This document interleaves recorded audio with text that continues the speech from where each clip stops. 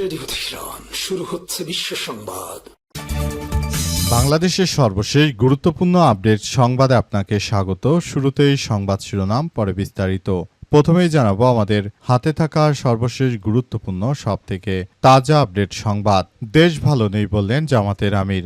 মানুষ যে প্রত্যাশা নিয়ে পরিবর্তন চেয়েছিল, বাস্তবে দেশ ভালো নেই বলে মন্তব্য করেছেন বাংলাদেশ জাতীয় সংসদের বিরোধী দলীয় নেতা এবং জামাতের আমির ডাক্তার শফিকুর রহমান।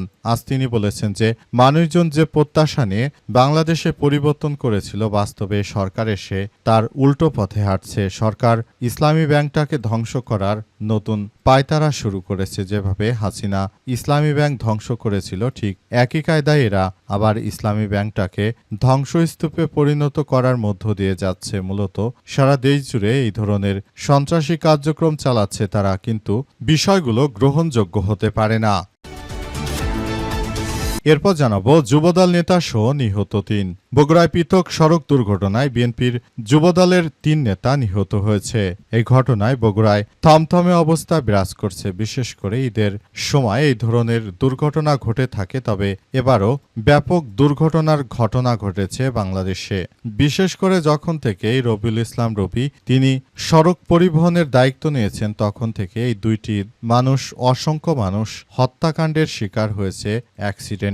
এদের মধ্যে বিএনপির নেতাকর্মীরাও রয়েছে।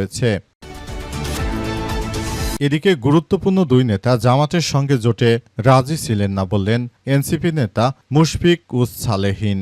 জাতীয় নাগরিক পার্টি এনসিপির নির্বাচনের অনেক আগেই জোটবদ্ধভাবে ভোটে অংশ নেওয়ার সিদ্ধান্ত নিয়েছিল বলে দাবি করেছেন দলটির সাবেক যুগ্ম সদস্য সচিব মুশফিক উস সালেহীন। তবে দলের সঙ্গে পৃথক ২ গুরুত্বপূর্ণ ব্যক্তি বাংলাদেশ জামাত ইসলামের সঙ্গে জোটের পক্ষে ছিলেন না বলে তিনি উল্লেখ করেছেন।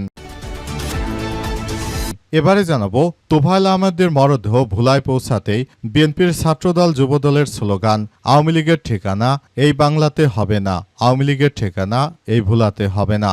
বাংলাদেশের রাজনীতিতে নানা বাকবদলের অন্যতম সাক্ষী হচ্ছে আওয়ামী লীগের প্রবীণ নেতা তোফায়েল আহমেদ। তার জানাজার আগে ভোলায় বিক্ষোভ প্রদর্শন করেছে বিএনপির ছাত্রদল ও যুবদলের নেতাকর্মীরা। তারা বিক্ষোভ প্রদর্শনের মাধ্যমে জানিয়েছে যে রহিম এবং আরেকজন বিএনপির নেতাকে হত্যা করেছে এই সন্ত্রাসী তোফায়েল। তার জানাজা এই কলেজ মাঠে করতে দেয়া হবে না বলে জানিয়েছে তারা। এরপর সেখানে বিএনপির কেন্দ্রীয় এক প্রবীণ নেতা আসার পর তিনি অনেক বুঝিয়ে সুঝিয়ে সেখান থেকে বিএনপির নেতৃত্ববৃন্দদেরকে সরিয়ে দেওয়ার পরেই মূলত তোফায়েল আহমেদের জানাজা অনুষ্ঠিত হয়েছে। উল্লেখ্য, এর আগে কিন্তু দেলার হোসেন সাইদের জানাজায় তোফায়েল আহমেদ ঢাকাতে হতে দেয়নি। অথচ জামাত ইসলাম কতটা ইনসাফ ভিত্তিক একটি দল, তারা কিন্তু ঠিকই তোফায়েল আহমেদের জানাজা ঢাকাতে হতে দিয়েছে।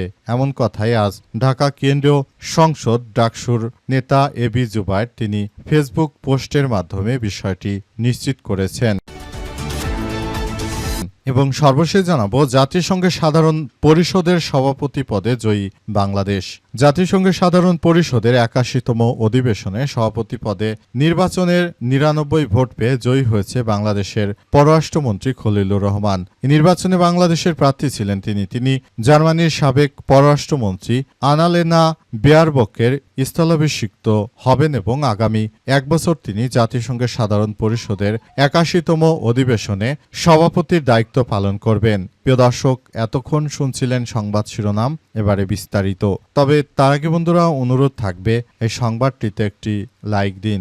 এই চ্যানেলে আপনি নতুন হয়ে থাকলে আমাদের সংবাদটি দেখতে দেখতে চ্যানেলটি সাবস্ক্রাইব করে রাখুন। কমেন্ট করে বন্ধুরা আপনার মূল্যবান মতামত জানিয়ে দিন আপনি বিশ্বের কোন দেশ থেকে বা বাংলাদেশের কোন স্থান থেকে আমাদের সংবাদটি দেখছেন এবং শুনছেন। আর বন্ধুরা, আজকের সংবাদ সম্পর্কে আপনার মূল্যবান মতামত কমেন্ট করে জানিয়ে দিন আপনি বিশ্বের কোন দেশ থেকে বা বাংলাদেশের কোন স্থান থেকে আমাদের সংবাদটি দেখছেন এবং শুনছেন।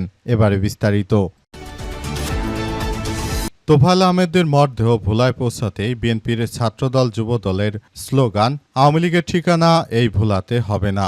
বাংলাদেশের রাজনীতির নানা বাকবদলের অন্যতম সাক্ষী হচ্ছে প্রবীণ আওয়ামী লীগ নেতা তোফায়েল আহমেদের জানাজার আগে ভোলায় বিক্ষোভ প্রদর্শন করেছে জাতীয়তাবাদী ছাত্রদল ও যুবদলের নেতাকর্মীরা। আজ বেলা 11টার দিকে ছাত্রদল ও যুবদলের বিপুল সংখ্যক নেতাকর্মী জানাজা স্থল ভোলা সরকারি উচ্চ বিদ্যালয় মাঠে জড়ো হয়ে বিক্ষোভ করতে থাকেন। আওয়ামী লীগের ঠিকানা এই ভোলাতে হবে না সহ নানা স্লোগান দেন নেতাকর্মীরা। নেতাকর্মীদের দাবি, তোফায়েল আহমেদ ভোলা ছাত্রদল নেতা নূরে আলম এবং যুবদল নেতা রহিমের হত্যাকাণ্ডের মূল পরিকল্পনাকারী। এই অভিযোগে তারা সরকারি উচ্চ বিদ্যালয় মাঠে এই প্রবীণ নেতার জানাজা না পড়ানোর দাবি জানান এবং বিভিন্ন স্লোগান দিতে থাকেন। মাঠে উত্তেজনা ছড়িয়ে পড়লে তাৎক্ষণিকভাবে সেখানে উপস্থিত হন জেলা বিএনপির সদস্য সচিব রাইসুল আলম সহ বিএনপির জ্যেষ্ঠ নেতারা। তারা বিক্ষুব্ধ নেতাকর্মীদের বুঝিয়ে মাঠ থেকে সরিয়ে দিলে পরিস্থিতি নিয়ন্ত্রণে আসে। এর আগে 69-এর গণ অভ্যুত্থানের অন্যতম অগ্রসৈনিক এবং মহান মুক্তিযুদ্ধের সাংগঠনিক তোফায়েল আহমেদ গতকাল সোমবার 1 জুন বিকাল 3:30টার দিকে ঢাকার স্কয়ার হসপিটালে চিকিৎসাধীন অবস্থায় শেষ নিঃশ্বাস ত্যাগ করেন।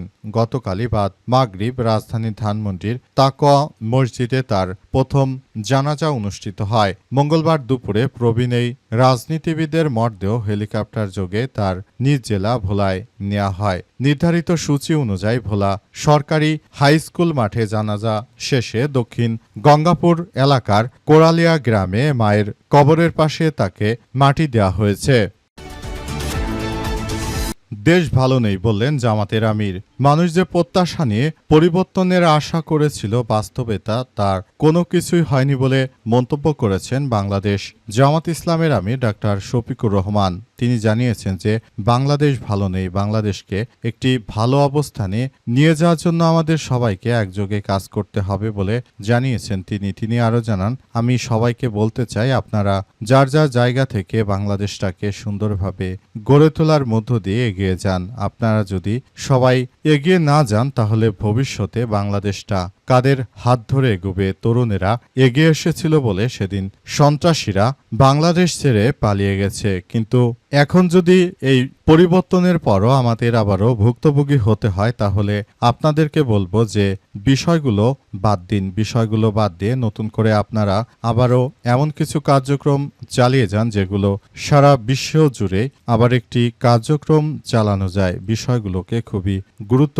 সহকারে কার্যক্রম চালিয়ে যান, বিষয়গুলোকে অত্যন্ত গুরুত্ব সহকারে দেখে তারপর সবকিছু সুন্দরভাবে গড়ে তোলার মধ্য দিয়ে সবাইকে এগিয়ে যেতে হবে বলে জানিয়েছেন তিনি আরও জানান, আমরা সবাইকে বলতে চাই, আপনারা যার যার জায়গা থেকে বিষয়গুলো পরিষ্কারভাবে কার্যক্রম চালিয়ে যান, যাতে করে বাংলাদেশের মানুষ যে স্বস্তি নিয়ে যে আশা নিয়ে সরকার পরিবর্তন করেছে সেটা হয়। কিন্তু বিএনপি সরকার পুরোপুরি ব্যর্থ হয়েছে। সারা দেশ জুড়ে চাঁদাবাজি, রাহাজানি, সন্ত্রাসী এমন কোনো কার্যক্রম নেই যেটি তারা করছে না। তারা এমনভাবে কার্যক্রম করছে সারা বিশ্ববাসী এখন নতুন করে এক ভয়াবহ সংকটের মুখোমুখি হচ্ছে।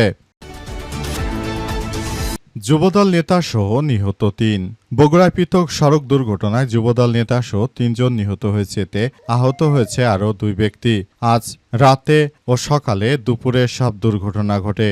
রাত 8টার দিকে দুপাচিয়া উপজেলার জিয়ানগর ইউনিয়নের মুর্তজাপুর কলেজ সংলগ্ন দুপাচিয়া আক্কেলপুর সড়কে মোটরসাইকেল দুর্ঘটনায় পলাশ 40 নিহত হয়েছে তিনি। নওগাঁর বদলগাছি এলাকার চাকলা গ্রামের বাবু মণ্ডলের ছেলে ছাড়াও তিনি পাহাড়পুর ইউনিয়ন যুবদলের সভাপতি ছিলেন বলে জানা গেছে। সারা দেশ জুড়ে বিএনপির অসংখ্য নেতাকর্মী তাদের বিভিন্নভাবে মৃত্যু হওয়ার ঘটনা ঘটছে। মূলত সারা দেশ জুড়েই এই ধরনের কার্যক্রম চলমান রয়েছে এবং বিএনপির নেতৃত্ববৃন্দরা তারা অনেকেই সারা দেশ জুড়ে নাশকতার সঙ্গে জড়িত থাকার কারণে মূলত তাদের মৃত্যু হওয়ার ঘটনায় অনেকে স্বস্তি প্রকাশ করছে।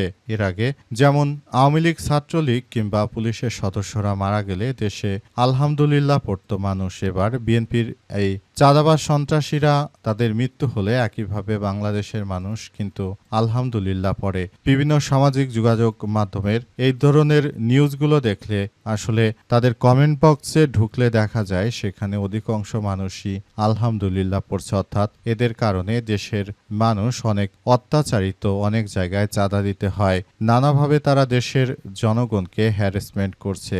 এই সব বিষয়ের কারণে মূলত এমন কার্যক্রমগুলো ঘটছে এবং এগুলো ঘটার মধ্য দিয়ে আবারও দেশ জুড়ে নতুন করে এই ধরনের কার্যকর পদক্ষেপগুলো ঘটার মধ্য দিয়ে সবাইকে এগিয়ে যেতে হচ্ছে। গুরুত্বপূর্ণ দুই নেতা জামাতের সঙ্গে জোটে রাজি ছিলেন না বললেন মুশফিকুস সালেহীন।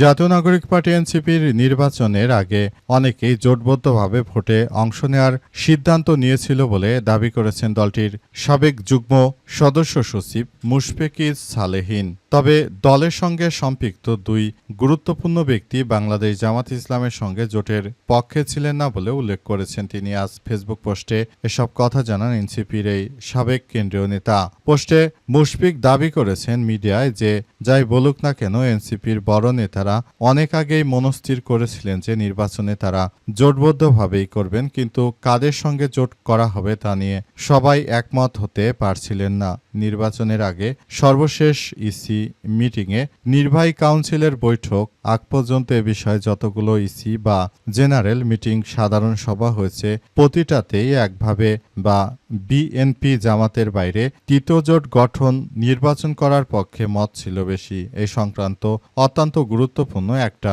মিটিং হয়। জুলাই সনদ বাস্তবায়ন এবং আদেশের গেজেট যেদিন প্রকাশিত হয় সেদিন রাতে সেই মিটিংয়ে মূল দল ছাত্র যুব সংগঠনে নীতি নির্ধারণী পর্যায়ের সদস্যরা উপস্থিত ছিলেন।